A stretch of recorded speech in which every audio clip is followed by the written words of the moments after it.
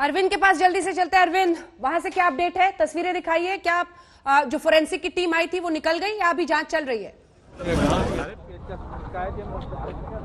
जी देखिए, सबसे पहले आपको बता दूं कि यहाँ पर क्रेन आई है और ये फॉरेंसिक एक्सपर्ट है। सर, क्या एविडेंस कलेक्ट किए? क्या आपको कुछ कारतूस मिला यहाँ पर? कोई खोखा मिला? सर अधिकारी बताएंगे। आप यहाँ पर आए थे, एविडेंस कलेक्ट किया आपने?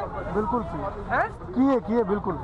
ये फॉरेंसिक एक्सपर्ट है और ये देखिए, अब ये क्रेन आई है यहाँ पर और ये गाड़ी उठाने की कोशिश करेगी। हम चाहते हैं कि तस्वीरें दिखाएं। हमारे वरिष्ठ सहयोगी शिवेंद्र यहाँ पर मौजूद है। शिवेंद्र अभी तुरंत आए, कानपुर में मौजूद है। सर, ये पूरा जो इंसिडेंट है, जिस तरीके से पुलिस नरेट कर रही है, आप इसको कैसे देख रहे हैं? आपकी क्या जानकारी हो? देखिए, ये बात पहले से ही तय मानी जा रही थी कि किसी न किसी तरीके से विकास को दुबे को जब गांव लाया जाएगा उस वक्त कोई खतरा हो सकता है। इसीलिए फ्लीट थी, पूरी कॉन्वॉय थी जिसको लेके जाया जा रहा था और जिस बात की आशंका थी कि कहीं कोई रास्ते में कोई दुर्घटना न हो जाए, इसलिए बहुत एहतियात रखे गए थे। हर टोल नाके के पास पुलिस रखी गई थी और बैरिकेड किया गया था। बावजूद इसके जब यहाँ पर गाड़ी पहुंची है तो यहाँ पर ये पलटी गाड़ी आप देख सकते हैं। हाँ, इस गाड़ी को यहाँ सबूत के तौर पर हटाने की कोशिश हो रही है और जिससे कि यहाँ पर इसके फोरेंसिक एविडेंस लिए जाएंगे, आगे की जांच होगी, देखा जाएगा कि कोई गोली लगी या नहीं लगी है, एक्सीडेंट किस तरीके से हुआ।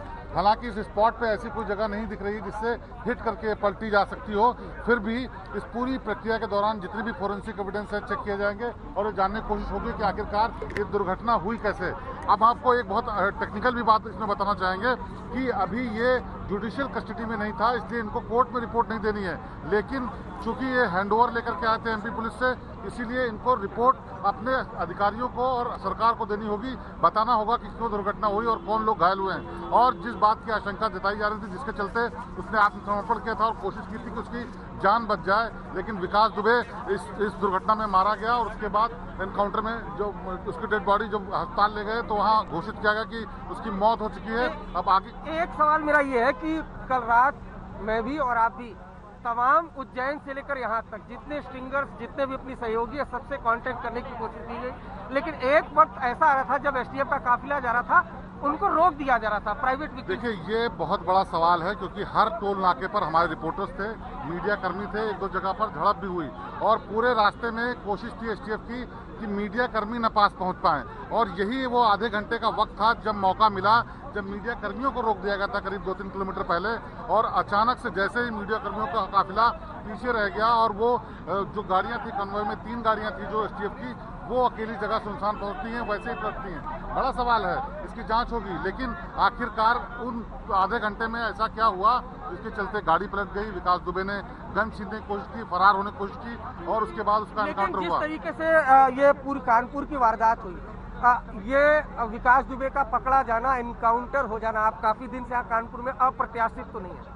देखिए, ये माना जा रहा था और ये इसकी आशंका विकास दुबे को पहले ही थी। जितने भी अभी तक 5 एनकाउंटर किए गए हैं उन सब पे सवाल उठते हैं थोड़े बहुत, लेकिन वो इस लिहाज से देखा जा रहा है कि भाई ये लोग दुर्दांत अपराधी थे, पुलिस वालों को मारा था, जाहिर सी बात है इनको आशंका था, इसलिए फरार होने की कोशिश कर रहे होंगे। लेकिन विकास दुबे के जीवित आ जाने से बहुत कुछ ऐसा मिल सकता था जो कि आगे की जांच में मददगार हो सकता था, लेकिन अब विकास दुबे चला गया, उसके साथ तमाम राज भी दफन हो गए। हालांकि उज्जैन पुलिस को उसने तमाम बयान दिए, पुलिस को भी रास्ते में बहुत सी ऐसी बातें बताई जिससे आगे खुलासा हो सकता है, लेकिन अब पुलिस किस तरीके से उसको करती है, इन्वेस्टिगेशन किस दिशा में जाएगी, ये कहना मुश्किल है क्योंकि दुर्दांत हत्यारा जो कि 8 पुलिस वालों की हत्या का दोषी था, उसको यहाँ पर एनकाउंटर में मारा गया है। सवाल पूछे जाएंगे, उनके जवाब क्या एसटीएफ देगी ये अलग बात है, लेकिन जिस तरह का सीक्वेंस ऑफ इवेंट है वो भी कई तरीके से देखने योग्य है क्योंकि लगातार काफिला पुलिस और मीडिया की नजर में था, हर जगह सीसीटीवी कैमरे थे, लेकिन हकीकत ये हुई उस आधे घंटे में आखिर क्या हुआ कि पूरा वाकया हुआ, एनकाउंटर हुआ, विकास दुबे मारा गया। अरविंद, और वो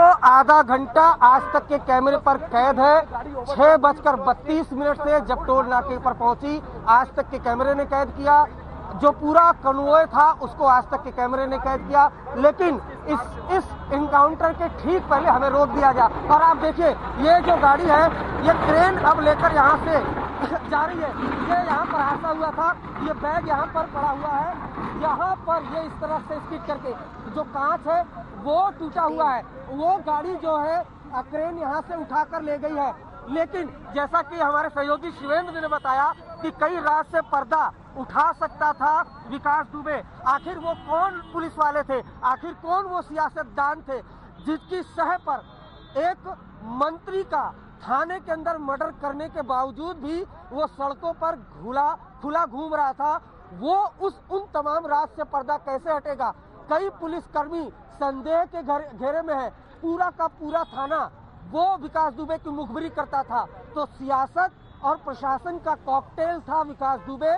और आपको बता दूं एक बहुत इंपॉर्टेंट चीज, जब प्रभात जो सहयोगी था फरीदाबाद में पकड़ा गया था तो एसटीएफ के अधिकारियों ने पूछा कि तुमने क्यों मारा, तो उसने कहा कि विकास भैया ने कहा था तो हमने मारा, और वो जो कहते थे हम वो करते थे।